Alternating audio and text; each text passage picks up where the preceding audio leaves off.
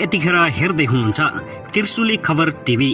24 घण्टा ताजा खबरको लागि हाम्रो च्यानललाई सब्स्क्राइब गर्नुहोला, नजिक रहेको बेल आइकन दबाई हामीसँग जोडिनुहोला। नेकपा माओवादी केन्द्रका देव गुरुङ भन्छन् आगामी निर्वाचनमा नेकपा एमालेसँग सहकार्य हुन सक्छ। अर्थ मन्त्रालयको स्पष्टी बजेट निर्माणमा जिम्मेवार पदाधिकारी बाहेकको सहभागिता छैन।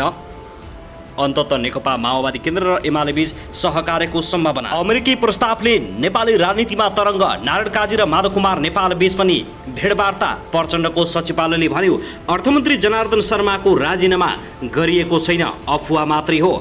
कपोकल्पित र भरमपूर्ण विषय राखी समाचार प्रकाशित हुनु खेदजनक भएको अर्थ मन्त्रालयको भनाई। एकाएक बाहिरियो यति ठुलो खबर। नेपालभित्रै 5000 भन्दा बढी अमेरिकी सैनिक लुकेर बसेको खुलासा। आखिर कहाँ बसेका छन् त ती अमेरिकी सैनिक? यसबारे सम्पूर्ण जानकारी ले देउबा र माधव कुमार नेपालमा केही फरक पाइन। अब एमालेसँग सहकार्य अगाडि बढ्छ। झलनाथ खनाल। एमसीसी पास भएको 4 महिनापछि विप्लव फेरि उत्रियो सडकमा। अमेरिकी सेना नेपालमा लुकेर बसेको थाहा पाएपछि विप्लवका कार्यकर्ता उत्रिए सडकमा। एमसीसी विरुद्ध नाराबाजी। एमसीए कार्यालय नै घेराउ। देउबा चोर देश छोड भन्दै राजधानी कब्जा। सरकारलाई भीम रावलको प्रश्न, हामी नागरिक शासनमा छौँ कि सैनिक शासनमा? जवाब चाहियो। जसपा आफै फुट्न लागेका बेला लोकसभासँग एकीकरणको नारा। असार 15 गतेको केन्द्रीय समिति बैठकले माओवादी र एमाले बीच सहकार्यको तालमेललाई अगाडि बढाउने सांसदहरूले उठाएका प्रश्नहरूको जवाब दिँदै मन्त्री यादव र नेकपा एमाले अनुशासन आयोगको सिफारिस अलपत्र पर्यो। सचिवालयमा प्रवेश नै भएन। घनश्याम भुषालमाथिको विषय एमाले सचिवालय बैठक सकियो। एमाले अध्यक्ष ओली र प्रचण्ड बीच भेटवार्ताको तयारी। नारायण काजी श्रेष्ठले दिए यस्तो सन्देश। अब हेर्नुहोस् पुरा समाचार।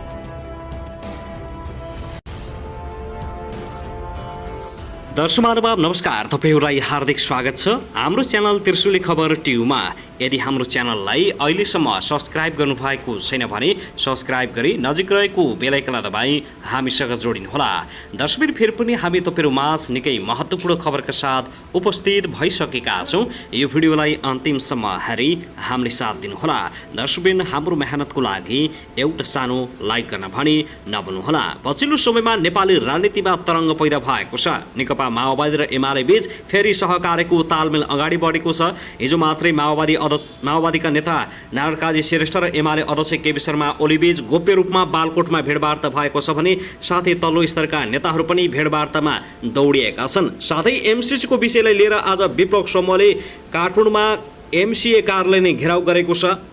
अमेरिकी सेना नेपालमा 5000 अमेरिकी सेना नेपालमा लुकेर बसेको कुरा हिजो मात्रै संसदमा थाहा पाएपछि आज विप्लव समूहको कार्यकर्ताले राजधानीमा प्रदर्शन गरेको हो। यो विषयमा पनि जानकारी दिनेछौँ। कहाँ के कसरी लुकेर बसेको छ यसबारे पनि हामी जानकारी दिनेछौँ। हामीसँगै रहनुहोला। दर्शक महानुभाव आउनुहोस् आजको पहिलो खबरतर्फ लागौँ। सत्ता साझेदार नेकपा माओवादी केन्द्रका नेता देवप्रसाद गुरुङले आगामी प्रदेश तथा प्रतिनिधि सभा निर्वाचनमा नेकपा एमालेसँग सहकार्य हुन सक्ने बताएका छन्। संसद भवन परिसरमा आज सोमबार सञ्चारकर्मीहरूसँग कुराकानीका क्रममा देव गुरुङले माओवादी वरिष्ठ नेता नारायण काजी श्रेष्ठ र एमाले अध्यक्ष केपी शर्मा ओलीबीच बालकोटमा भएको भेटको सन्दर्भमा यस्तो बताएका हुन्। माओवादी प्रमुख सचेतक समेत रहेका गुरुङले ओली र नेता श्रेष्ठ बीचको भेटघाट एउटै सदनमा एउटै प्रक्रियामा रहेपछि सामान्य रूपमा लिनुपर्ने पनि बताएका छन्। राष्ट्रिय स्वाधीनताको प्रश्नमा जोसँग विचार मिल्छ हामी उहीसँग चुनावी तालमेल गरेर जान्छौँ उनले भने। विगतमा एमाले संसद विघटन गरेर प्रतिगमनतिर गएकाले काङ्ग्रेससँग मिल्दै स्थानीय तह निर्वाचनमा जानु परेको हो। गुरुङले पार्टीका वरिष्ठ नेता नारायण काजी श्रेष्ठले एमाले अध्यक्ष ओलीसँग गरेको भेटलाई स्वाभाविक रूपमा लिएको प्रतिक्रिया दिएका छन्। उनले राष्ट्रिय स्वाधीनताको सवालमा निकट विचारको पार्टीसँग आगामी प्रदेश र प्रतिनिधि सभा निर्वाचनमा सहकार्य गरेर जान सक्ने धारणा राखेका छन्। श्रेष्ठ र एमाले अध्यक्ष ओली बीच आइतबार बालकोटमा गोप्य रूपमा भेटवार्ता भएको थियो। त्यसैगरी नेकपा एकीकृत समाजवादी पार्टीका अध्यक्ष माधव कुमार नेपालसँग पनि नारायण काजी श्रेष्ठले आज सोमबार भेटवार्ता गरेका छन्। सैन्य सम्झौता गर्ने अमेरिकी प्रस्तावमा प्रधानमन्त्री शेरबहादुर देउबा सकारात्मक रहेको सार्वजनिक भएपछि नेपाललाई भेट्न श्रेष्ठ कोटेश्वर निवास पुगेका हुन्।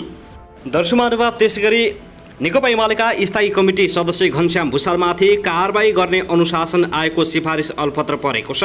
निर्वाचनपछि बसेको नेकपा एमाले सचिवालय बैठकमा उक्त विषयले प्रवेश नै नपाएको उपाध्यक्ष सुरेन्द्र पाण्डेले जानकारी दिएका छन्। आज सोमबार पार्टी कार्यालय च्यासलमा बसेको बैठकपछि प्रतिक्रिया दिँदै पाण्डेले भने घनश्याम कमरेडलाई कारबाही गर्ने विषय बैठकमा नै प्रवेश भएन। केही दिन अघि एमाले अनुशासन आयोगले पार्टी र पार्टीका अध्यक्ष केपी शर्मा ओली विरुद्ध सञ्चार माध्यममा बोलेको भन्दै कारबाही सिफारिस गरेको थियो। पार्टी नेतृत्वको कारण स्थानीय तहको निर्वाचनमा हार बेहोर्नु परेको तथा नेकपा एमालेको 10औं महाधिवेशनलाई सौराहा काण्ड भनेको टिप्पणी गरेको लगायतका कामले पार्टी अनुशासन तोडेर गएको ठहर आयोगले गरेको थियो। त्यसै अनुसार घनश्याम भुसाललाई कारबाही सिफारिस गरिएको तर आज अलपत्र परेको बताइएको छ। दर्शकमानुवाद त्यसैगरी नेकपा एकीकृत समाजवादीका अध्यक्ष माधव कुमार नेपाल र सम्मानित नेता झलनाथ खनाल बीच खटपट सुरु भएको छ। खास गरी मन्त्रीहरू हेरफेरबारे पार्टीले लिएको निर्णय कार्यान्वयन गराउन नसकेको भन्दै सम्मानित नेता खनालले अध्यक्ष नेपालसँग असन्तुष्ट पोखेका छन्। पार्टीबाट सरकारमा सहभागी मन्त्रीलाई फिर्ता बोलाइएको अवस्थामा पनि अहिलेसम्म नयाँ मन्त्रीको शपथ हुन नसक्नु दुर्भाग्य भएको खनालको गुनासो छ। उनले मन्त्रीहरूले पनि पार्टी पद्धति र निर्णय नमानेको भन्दै सार्वजनिक रूपमै आलोचना पनि गरेका छन्। खास गरी स्थानीय तहको निर्वाचनमा 5 दलीय सत्तारूढ गठबन्धन बीच उचित समन्वय नभएको र आफूहरूप्रति काङ्ग्रेस र माओवादी केन्द्र अनुदार बनेको भन्दै खनालले असहमति राख्दै आएका थिए। उनले सार्वजनिक रूपमै आगामी सङ्घीय संसदको निर्वाचनसम्म वाम गठबन्धन गरेर जानुपर्नेमा जोड दिन थालेका छन्। अहिले मन्त्रीहरू हेरफेरको विषय त बहाना मात्रै भएको एकीकृत समाजवादीका नेताहरूको आरोप छ। खनालले प्रधानमन्त्री शेरबहादुर देउवाको कार्यशैलीमाथि प्रश्न समेत उठाएका छन्। उनले आफ्नो पार्टीले मन्त्रीहरू हेरफेरको निर्णय गरेर प्रधानमन्त्री समक्ष नयाँ मन्त्रीहरूको नाम सिफारिस गरेको अवस्थामा किन अहिलेसम्म त्यो निर्णय कार्यान्वयन नभएको भन्दै प्रश्न उठाएका छन्। उनले पार्टी पद्धतिमा निर्णय सबैले स्वीकार गर्नुपर्ने जोड दिएका छन्। पत्रकार ऋषि धमालासँगको संक्षिप्त कुराकानीमा खनालले प्रधानमन्त्री देउबा माधव नेपाल पनि तत्कालीन प्रधानमन्त्री केपी शर्मा ओलीकै पथमा हिँडेको आरोप लगाएका छन्। उनले भने देउबा र माधवजी पनि केपी ओली भन्दा फरक देखिनु भएन, एउटै कार्यशैली देखियो। खनालले आगामी संसदको निर्वाचनमा नेकपा एमालेसँग सहकार्य हुने गरी छलफल अगाडि बढाएको दावी गरेका छन्। वाम एकता हुने नै ठकुवा गरेका छन्। दर्शकबिन आउनुहोस् निकै ठुलो खबरतर्फ लागौं। नेकपा एमालेका अध्यक्ष केपी शर्मा ओली र नेकपा माओवादी केन्द्रका नेता नारायण काजी श्रेष्ठबीच आइतबार भेटवार्ता भएको छ। आइतबार साँझ एमाले अध्यक्ष ओलीलाई भेट्न बालकोट पुगेका माओवादी केन्द्रका नेता श्रेष्ठले ओलीसँग वाम गठबन्धनको विषयमा छलफल गरेका हुन्। श्रेष्ठ निकट माओवादी केन्द्रका एक नेताका अनुसार एमाले अध्यक्ष ओली र श्रेष्ठबीच करिब 2 घण्टा कुराकानीका क्रममा सङ्घीय निर्वाचनमा वाम गठबन्धन गर्ने विषयमा छलफल केन्द्रित भएको थियो। माओवादी केन्द्रका अध्यक्ष पुष्पकमल दाहाल प्रचण्डसँगको छलफल बिनै नेता श्रेष्ठ एमाले अध्यक्ष ओलीलाई भेट्न गएका हुन्। अमेरिकी सेनाका फ्यासिबी कमान्डरको नेपाल भ्रमण, अमेरिकी उपविदेश मन्त्री ऊर्जा जियाको नेपाल भ्रमण र केही समयपछि हुन लागेको प्रधानमन्त्री शेरबहादुर देउबा, प्रधान सेनापति प्रभुराम शर्माको अमेरिका भ्रमणको चर्चा हुँदै गर्दा माओवादी केन्द्रका नेता श्रेष्ठले एमाले अध्यक्ष ओलीलाई भेटेका हुन्। नेपालमा बढ्दै गएको अमेरिकी चासोको परिप्रेक्ष्यमा नेता श्रेष्ठले एमाले अध्यक्ष ओलीसँग भेटवार्ता गरेको बताइएको छ। एमाले र माओवादी केन्द्रका केही नेताले संसदमा बोल्दै प्रधानमन्त्री देउबाको अमेरिका भ्रमणका विषयमा संसदलाई जानकारी दिनुपर्ने माग गरेका छन्। त्यस्तै 16 जेठमा संसदलाई सम्बोधन गर्दै एमाले अध्यक्ष ओलीले नेपाल सरकारले लिएको एक चीन नीतिका विषयमा प्रश्न समेत उठाएका थिए। जेठको पहिलो साता 3 दिने नेपाल भ्रमणमा आएकी अमेरिकी उप विदेश मन्त्री जियाले नेपालमा रहेका तिब्बती शरणार्थी शिविर भ्रमण गरेको प्रसङ्गलाई उठाउँदै ओलीले एक चीन नीतिमा सरकारको धारणा के हो भन्दै प्रश्न गरेका थिए। श्रेष्ठ निकट नेताहरूले एमाले अध्यक्ष ओलीसँगको भेटलाई वाम गठबन्धनसँग भन्दा देशमाथि बढ्दै गएको भूराजनीतिक दबावको कारण भएको बताएका छन्। त्यस्तै 28 जेठमा एमाले उपमहासचिव प्रदीप कुमार गेवाली र माओवादी केन्द्रका नेता वर्षमान पुनबीच खुमलटारमा भेटवार्ता भएको थियो। माओवादी केन्द्रका अध्यक्ष दाहालको निवास खुमलटारमा छ भने नेता पुन पनि त्यही स्थानमा बस्छन्।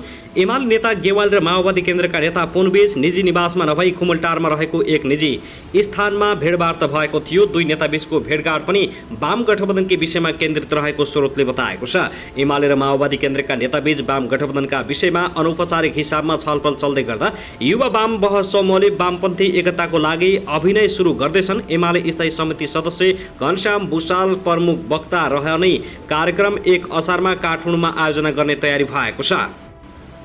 दर्शकमानुभाव, त्यसैगरी नेपालको आगामी आर्थिक वर्षको बजेटमा अनाधिकृत व्यक्तिबाट छेडछाड गराएको सार्वजनिक भएपछि अर्थमन्त्री जनार्दन शर्मा विवादमा तानिएका छन्। उनी विवादमा तानिएसँगै राजीनामाको तयारी गरेको उनी निकट स्रोतले दावी गरेको छ। आजको अन्नपूर्ण पोस्टमा उनले बजेटमा अनाधिकृत व्यक्तिबाट छेडछाड गराएको विषय सार्वजनिक भएको थियो। यो समाचार प्रकाशन भएपछि उनी नैतिक सङ्कटमा परेका हुन्। बजेट आउनु अघिल्लो रात उनले पूर्व नासुलाई बोलाएर करको दरमा हेरफेर गराएको बाहिर आएपछि उनलाई नेकपा माओवादी केन्द्रका अध्यक्ष पुष्पकमल दाहाल प्रचण्डले बोलाएर स्पष्टीकरण समेत सोधेका थिए। प्रचण्डले पनि शर्मालाई राजीनामा दिनु उपयुक्त हुने सल्लाह दिएका छन्। यस विषयमा प्रधानमन्त्री शेरबहादुर देउवासँग प्रचण्डले छलफल गर्ने तयारी भएको छ।